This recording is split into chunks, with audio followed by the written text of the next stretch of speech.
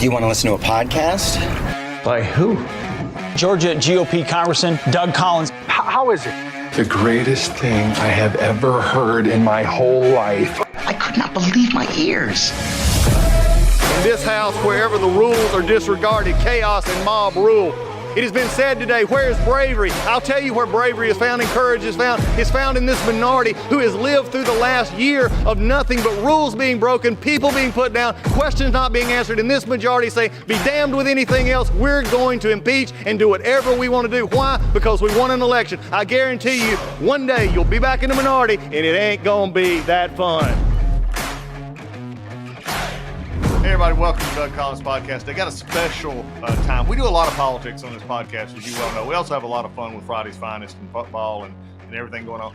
But this one is a special one because I am a big history buff. I love to read history. I love to think about it because I have found over my life that how many times I have went back and read the history of this country and I see it replayed over and over again. And I see issues that could come up that people say, well, I've never seen this before. Well, you've never read a book, have you?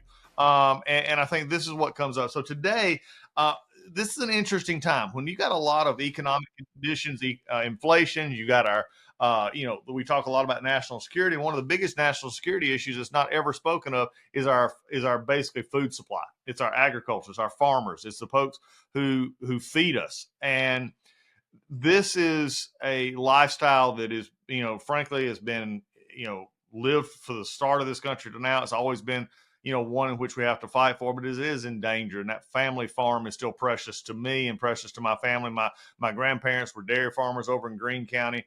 They go back years in this. So as we look at this, and my wife and I, as many of you know, had poultry houses for a long time as well. So as we get into this, I was with down at Perry, Georgia, which is where the now is the national agriculture. I don't know what they call it nowadays, but it's a big agricultural place down there. We got the state fairs down there, but it's been a great addition to Georgia. And I was down there speaking to a group at Fish Fry and ran across an old friend, Lee Lancaster. And Lee handed me a book. And it was a book, and here it is. And we're going to get to this right after the break, but it's the Georgia Farmers Strike. And this has to do not only with the Georgia Farmers Strike, but also the National Tractorcade. This is some cool stuff. It's almost been erased history, but I was alive to actually remember this. And I remember seeing the TV reports from Atlanta on the evening news about the tractors at the Capitol and all over. And the more I've gotten to read this, the more fascinated I've been. And I said, we've got to get Lee on here to talk about this. So, folks, right after the break, Lee Lancaster's coming on. We're going to talk ag. We're going to talk farmers. We're going to talk tractors. Can't get any better than this on the Doug Collins Podcast. We'll be right back. You might have heard Mike Lindell and MyPillow no longer have the support of the box stores or the shopping channels as the way they used to. They've been part of the cancel culture, so they want to pass the savings directly on to you by having a $25 extravaganza. When Mike started MyPillow, it was just one product company. With the help of his dedicated employees, they now have hundreds of products. Some of you may not even know about that. So to get the word out, I want to invite my listeners to check out the $25 extravaganza. 2-pack multi-pillow use My Pillows are just $25. My Pillow sandals, $25. There's 6-pack of towel sets, $25. Brand new 4-pack dish towels. You guessed it, just $25. And for the first time ever, the My Pillows with all new Giza fabric, just $25. All orders over $75 will see free shipping too. This amazing offer won't last long, so go to mypillow.com and use the promo code Collins, that's COLLINS, or call 800-986-3994 today. That's promo code Collins. Hey, inflation's at a 40-year high. The stock market looks more uncertain than ever. The new central bank digital currency is on its way and could be the government's ultimate surveillance tool against Americans. It looks like the government is playing games with your savings and retirement. So what are you going to do to help protect yourself? Did you know that you can have physical gold and silver into your IRA or 401k with zero tax or penalties? Millions of Americans are doing this right now for protection, and you should think about it too. A company I trust and recommend is Preserve Gold. They will go all over your options and make sure the process of acquiring precious metals is simple and easy. So if you're looking to help protect your retirement with a trustworthy company, request your free investment guide from the experts at Preserve Gold. Preserve Gold is accredited by the Better Business Bureau, and they have hundreds of 5-star reviews, so you know that you're in good hands. Just text Collins, Collins, to 50505. As an exclusive offer for my listeners, they'll get up to $15,000 in free gold and silver with a qualifying purchase on a retirement account rollover. So don't wait. Text Collins to 50505 today and get your free gold and silver investment guide and take the first step. Again, text Collins to 50505 to get your free guide from the good people at Preserve Gold.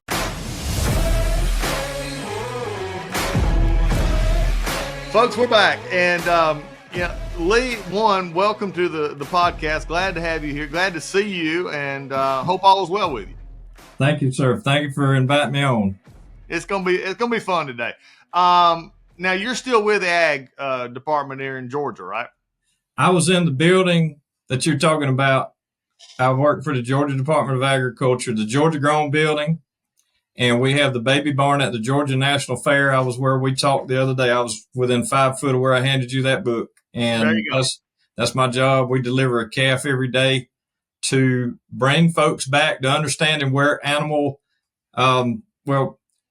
protein and food comes from. And so to understand where milk comes from, we have baby pigs, we have all of the commodity commissions that support us, and we just try to get it where people understand where food comes from and the importance of agriculture, and not to get into the weeds of some of the craziness that we hear. It's just basically farmers growing crops in the process and all that kind of stuff. So that's my main deal during the fall. So, well, and that is so cool. And I know we got the fair coming up here pretty soon, and there'll be tons of folks down around your part of the world in that farm. If you're in Georgia, or if you're anywhere in the close, you want to drive Perry, just look it up. We'll get you some more information on that here on the podcast. If you want to come see it, it's a great place.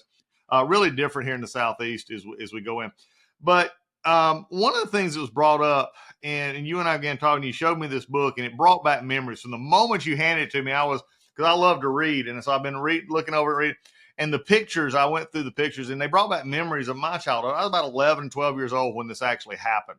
And I remember Carter's president. I remember the farmers. I remember there's one sign in particular, and I don't think it's in your book. I've not finished the book completely yet, but I got a long way through it. And I remember this going to Florida. We'd go down to the beach occasionally, and there was a big sign on I-75. It says, "From the farmers of Georgia to the farmers of America, we're sorry. We apologize." And it's for Jimmy Carter. And that is burned in my mind to this day when I think about this. But most people don't know what happened here. And they don't understand, because, as you said today, you're talking about telling kids and all where milk comes from. They think it comes from the grocery store. They don't know it comes from a cow. My grandparents were dairy farmers over in Greshamville, Georgia, over in Greene County. And, they milked 180 head a day, twice a day with no, it was before all the automation, So this is a big time deal. But farmers, what I want to do, Lee, is let's lay this out from your background. Give them the elementary version of what was going on with the farmers in the 60s and the 70s. And this, because I don't want to dump into parody. They're not going to understand that.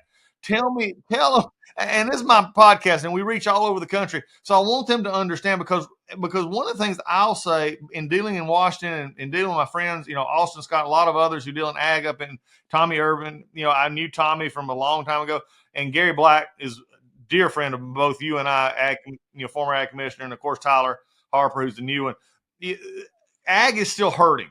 There's still areas, this has become an issue all along, especially when you deal with our fruits, vegetables. Georgia, by the way, is becoming amazing in that, and we need to protect that. And we've been working on.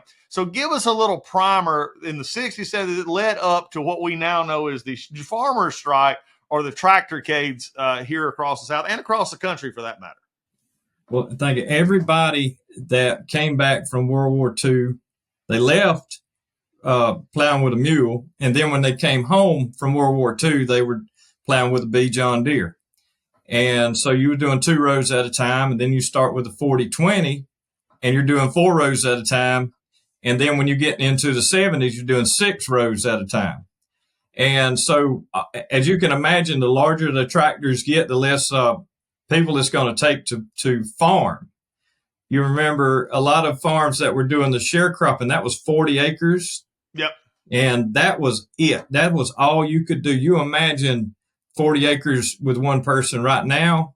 That's nothing. That's 10,000 acres is basically the equivalent of what it would take to produce cotton or corn or whatever on 40 acres. And so these people were getting edged out. And a lot of the farm, I mean, 2% of the entire population of the United States is a farmer.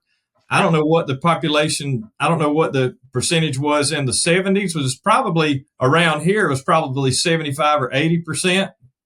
Yeah. And even in Dodge and Telfair County, the number of people that are farming has fallen, and it started to fall back in the 70s because people were figuring out that they could go to these larger farms in the Midwest and get grain. And they were growing grain on a huge scale, and they could make a crop and make profit off of it compared to what we were doing 100 acres at a time. And so the stock exchange or whatever, the prices were just below. They were 40% below what the cost of production was here in Georgia. And so the folks were finding out that, when we had Jimmy Carter elected, everybody's like, this is a peanut farmer from Plains, Georgia. Well, they thought that he was going to save them. And then when the USDA farm bill came out, all of the prices were going to be about 40% below the cost of production. And so everybody started protesting against those things, wanting price supports and things like that. And that's pretty much where they were. And they didn't get any help because this was 1977. Jimmy Carter, worst case scenario, was going to be president until January of 1981. So all he had to do was run out the clock on these folks. And that's basically what happened. And they said, well, we don't have a voice in Washington. And so they started tractorcades. And they started the first tractorcade that was over in to Pueblo, Colorado, where the USDA director was. And that's where everything started out over there. And then there were some farmers over in Alma and Unadilla that started the tractorcades in Georgia. And they drove the tractors to the county courthouse in Perry and Alma and Statesboro. And then they went to Atlanta. And my daddy was in this tractorcade in Atlanta. And I think every state patrolman in the state of Georgia had to work that thing because these tractors were going 14 miles an hour. And that tractorcade from my neck of the woods up to McDonough, where they all stopped. They stopped in McDonough. They stopped at the Atlanta Motor Speedway, and they stopped at the Atlanta Farmers Market. There was about 5,000 tractors on December the 9th of 1977. And when the tractors first got to McDonough, right over there on Bo Simpson Parkway, they went to Bo and Billy Simpson's farm right off of the interstate right there. That the tractors were still getting on the interstate down in Macon, I think. Well, it wasn't that far. The tractorcade was 26 miles long. So when the tractors got to Forsyth, they were still merging right there at the Macon Coliseum. Huge amount of tractors, 5,000 or so tractors, and every one of them rounded the Capitol in Atlanta on December the 10th, about 11 o'clock that morning. And that was the beginning of our tractorcades and the protests and things like that. And of course, everybody's like, what do you remember about it? I don't, because I wasn't born yet. I was about 4 months away. Yeah, well, I was, and I think that's what has attracted me to this. Cannot wait to give this to my daddy. My daddy somehow got out of this one. He got hauled all over the state. My dad was a state trooper, and I said, Daddy, did you have to do this? And he said, no, I got out of that one. He said, but everybody else did. Another thing that you talk about in the book, Lee, is pretty interesting. Is it was they always talk about a rainy night in Georgia. Well, this was a cold day in Georgia. Mm-hmm. That they had to deal with the tires. Explain something, especially if people. I read this and I thought it was interesting. And some people who've never been around tractors or farms or that, the water in the tires, and had to put in the antifreeze stuff. Explain that to folks if they read this book. If you all right, when you take a tractor, you put water in the tires, in the front and the back tires, and that's the ballast. You can figure it up. Water weighs 8 pounds, and air doesn't weigh anything. So if you got a gallon of air, it don't weigh anything. A gallon of water weighs 8.3 pounds. So you put a bunch of water in the tires, then you've got ballast, and that's what helps you keep it on the ground so that you can plow better.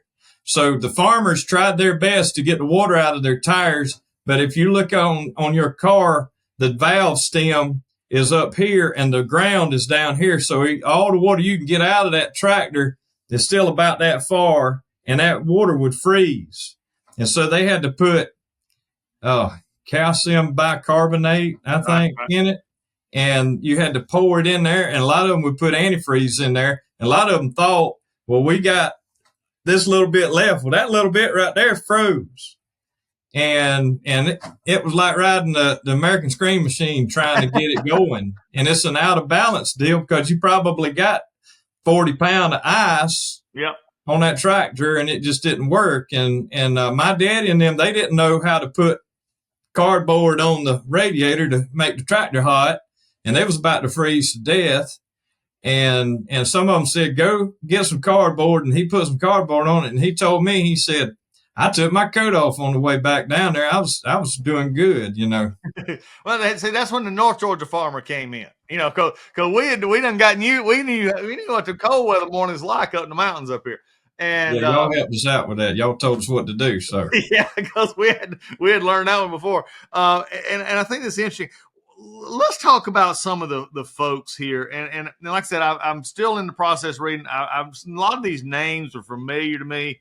You had Dawson Mathis, who was a former state congressman down there, U.S. congressman down there. You had of course, you had Tommy Irvin. I thought something was interesting in a book, and I don't know if you figured it out because you've been around for a little while, of course, with Gary and then now with Kyler, but also Tommy before. Tommy Irvin's from up my part of the world. Tommy is probably branch kin to some of my wife's folks up in up at Alto and Baldwin, up in that part of the world, and up Habersham County. I noticed in the book, though, he wasn't allowed, he didn't get asked to speak, although he showed up on a tractor in your book down in McDonough, but he didn't speak. Why did you get any reasoning behind that? If you don't do straight up, give us what we want, you're not going to speak. That's pretty much the way it was. I don't really know what he would have been able to do. I know that in your conversations with Gary Black, I think people believe that we have sometimes the ability to loan money or things like that with the Georgia Department of Agriculture. We don't do things like that. And I really don't know what he could have done to facilitate these things, but obviously he was not able to. But later on, he met with Tommy Kersey and Billy Simpson and the folks up there at the Atlanta office. Yeah. But I just don't believe that he would have been able to do much of anything besides saving 100% of the farmers, to satisfy them. Because once you get it in your mind that this is what he can do, even though that's not what he can do at all, I think that was probably what part of it. But he was the Commissioner of Agriculture until January 2011. Yeah. So it didn't hurt him one bit. No, I did. And it's interesting here. You make a great comment about politics today, and you've heard me say it, I think, probably before. It's just divorcing politics and reality. And we expect things from government or things that can't be done, but we expect it to be done that we wouldn't expect in everyday life. And I think it's interesting enough, though, and everybody who's probably listened to this podcast across the country, and especially my folks in the Midwest, I'd love for you to go to DougCollinsPodcast.com, hit that email button, send me your stories. Good friends out in Colorado, especially down in the Midwest, which has now become a big tension point in farm bill issues because you have the row crop issue, you have the vegetable and fruit issue, you have others that are mixing into a lot of problem policy. But back then, Georgia was cotton, tobacco. We were transitioning over, and would you say, Lee? And again, maybe it's my perception. We were still in the 60s, 70s. Soybeans hadn't come in good. We hadn't really transitioned a lot to soybeans. I can still remember going down 75 and, into the 70s, and it was white all the way down there, during cotton picking season. But by the 80s, 90s, you go down through there, it wasn't up until about 10 years ago you saw cotton on the side of 75. Was that part of the thing that hit it so and made it, or was it mainly the president being from Georgia. What do you see in that? Well, cotton really didn't hit Georgia until we eradicated the boll weevil Exactly. in 1993, and I was in high school. Yeah. So, and that started in 1917. So, but I talked to one of the farmers the other day, and he had soybeans, and he didn't have a whole lot of soybeans. He told me he lost $250,000 overnight on his soybean crop in Wow. that during that period of time. And so the diversity that we have in the state of Georgia now is really helps us, because you got a lot of folks that are in the poultry business, and I don't believe I don't see any problem with that in the near future at all. I think we're going to eat more chicken, like the folks say all the time. And there were just people that were unwilling to change. I think with a lot of this stuff, peanuts saved my family. I can tell you that much, because of the just the crop price of all of that kind of stuff. But the people that were doing corn, they planted the corn in April. It didn't rain until August, and that was a part of it. So it wasn't really a whole lot to do with anything that the government could have done, because the government can't make it rain. Right. But one of the things that I remember about it, do you remember when Scarecrow came out with John Mellencamp? Yeah, did. Go back and watch that video. And the beginning, when them three boys are talking in front of that planter, they're talking about the same things in 1985 that happened in 1977. This is 8 years later. Yeah. And when Scarecrow came out, that was the biggest thing that we had that got anybody's attention, because John Mellencamp was hot back in them days with his albums and everything like that. And they're talking about, well, prices are this, and the government's wanting to give me a loan. Well, I've got to pay that loan back at some point. And that's what one of the young boys said. And that's the reason why we ended up where we were. In 1977, the government decided to give us a loan. Some of these loans were 4 or 5%, whereas the normal interest rates, if you wanted to buy a brand new Buick, it was 17 or 18%. But still 4%. And I don't have anything to pay. I'm going to kick the can down the road, as they say. And so in 1982, 83, 84, 85, that's when everybody started losing their farms. And I think 75% of the farmers that had loans from FMHA and SBA crop production folks, 75% of them were in default in the state of Georgia. So we were trying to borrow our way out of debt back in those days. Yeah, and there's no way to borrow your way out of debt, especially when there's no hope in it. Well, and I think, but let's play this on out a little bit for folks in the book.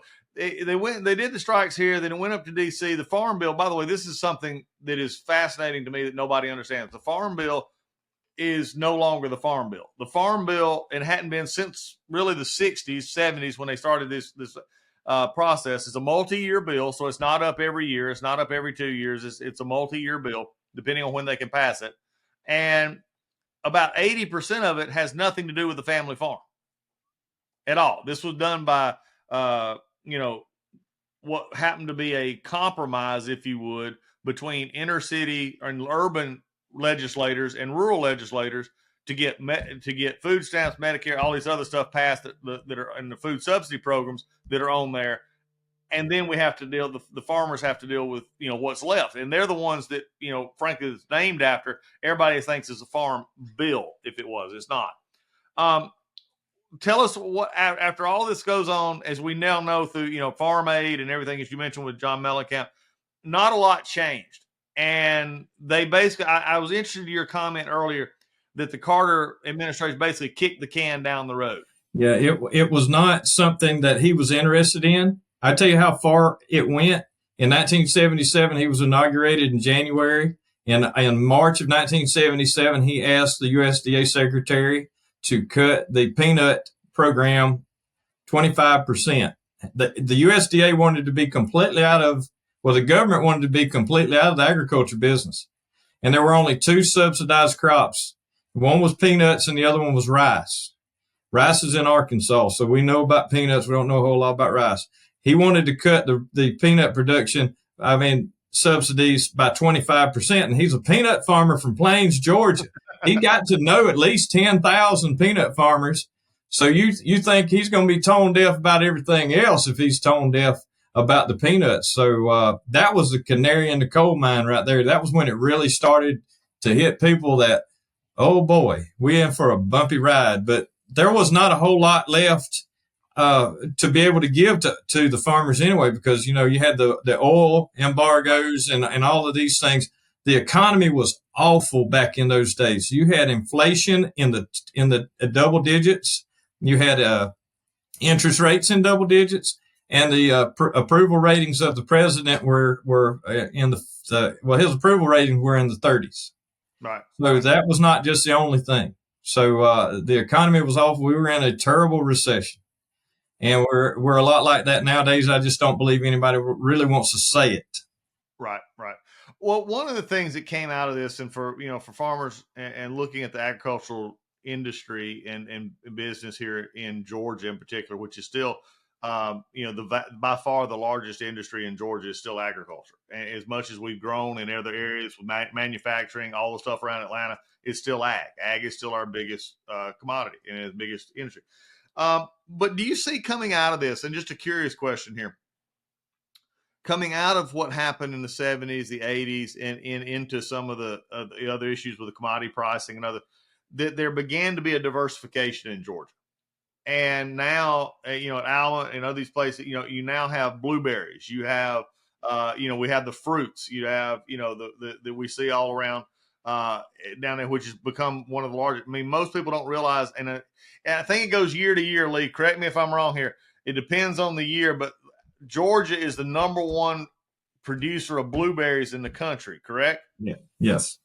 If we don't get a freeze in March, it depends on it depends on the freeze. If we don't get a freeze that kills everything, and it puts us off, we have the most blueberries of any state in the country. Absolutely. Well, and I think if you talk about freezes from up in my part of the world, it goes with peaches. And now peaches, again, here's the crazy part. We're nowhere close to being the leader in peaches, but yet we're the peach state because of where we came from. But, folks like Jerome Crosby, a lot of those old guys, now in blueberries, that you just got massive fields of blueberries that, depending on the year, as you said, but also we do a lot of more diversification. In your time in ag in Georgia, how much have you seen that help? That we've diversified ag, it's helped keep some of these farms, but also the awareness level is still so low among most people about what agriculture does in Georgia and other states for that matter. Yeah, the people that don't change are the farmers.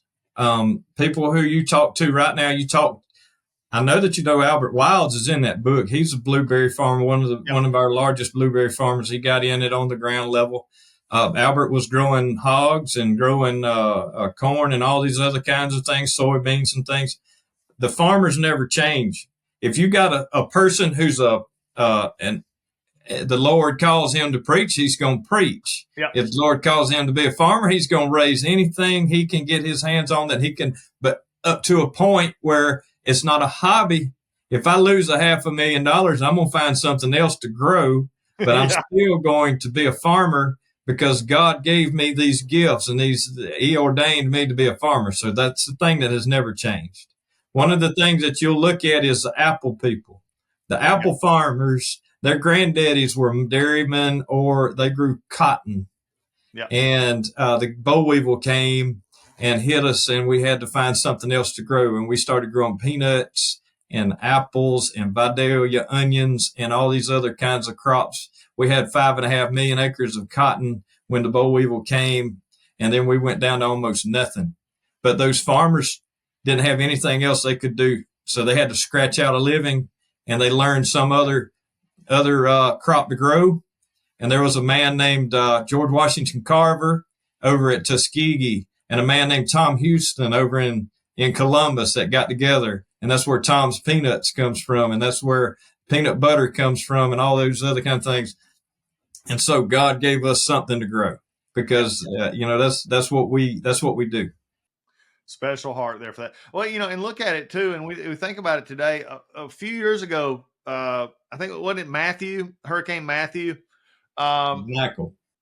Michael. Okay, it came through South Yes. Georgia. I couldn't remember that. But here was an interesting part that, to talk about diversification, not only from what we're talking about right here, but we also, Georgia is one of the largest for pecan and trees. And it was interesting that one of the biggest crop fights we had for the pecan trees was the issue of they don't fit under insurance. They don't fit under crop damage and stuff because of the way that, and we were talking about this, and people outside the state didn't realize, well, just, for those who don't understand this, we lost a lot in that hurricane. Knocked over trees, we knocked over crops. I mean, people lost thousands of acres in this kind of thing because these trees were full.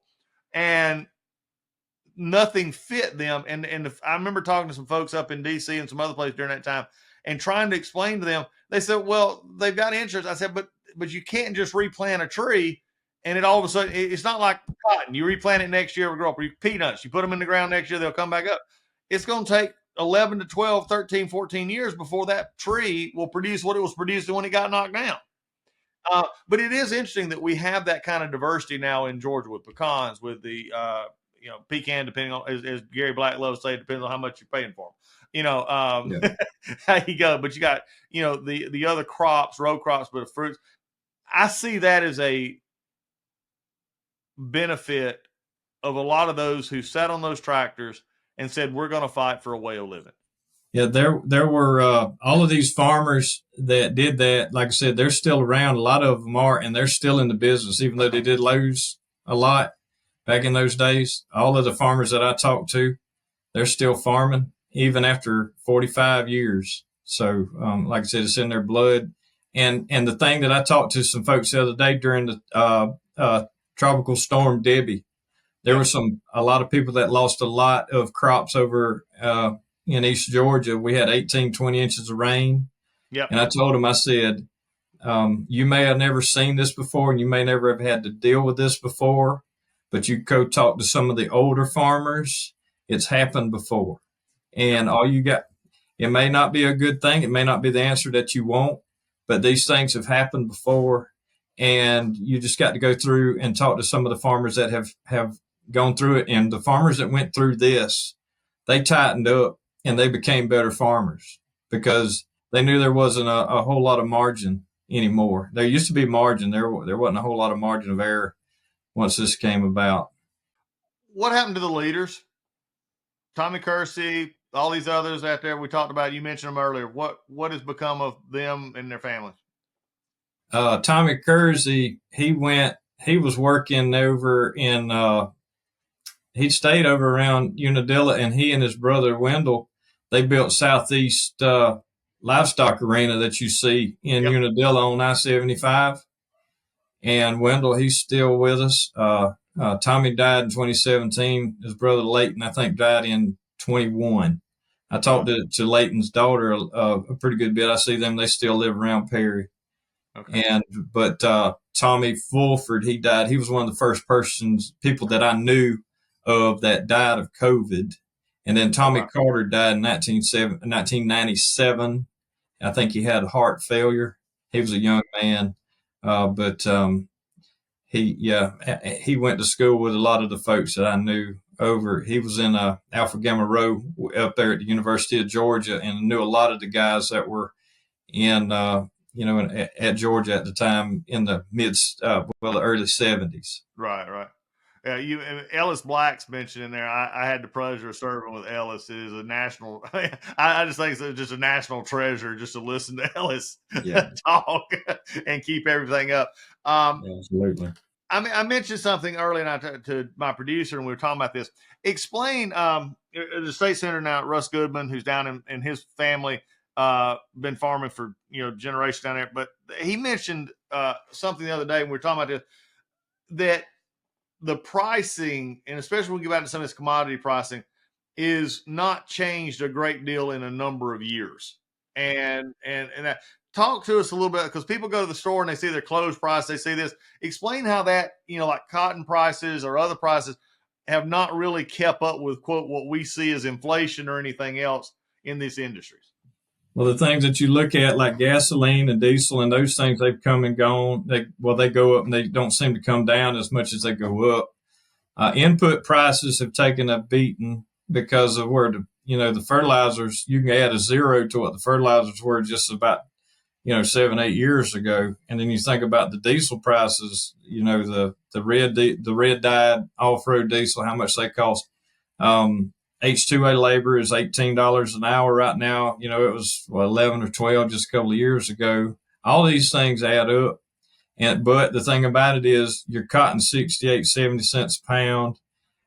It was over $2 a pound back in the early teens, and everybody just, they didn't know what they were going to do with them.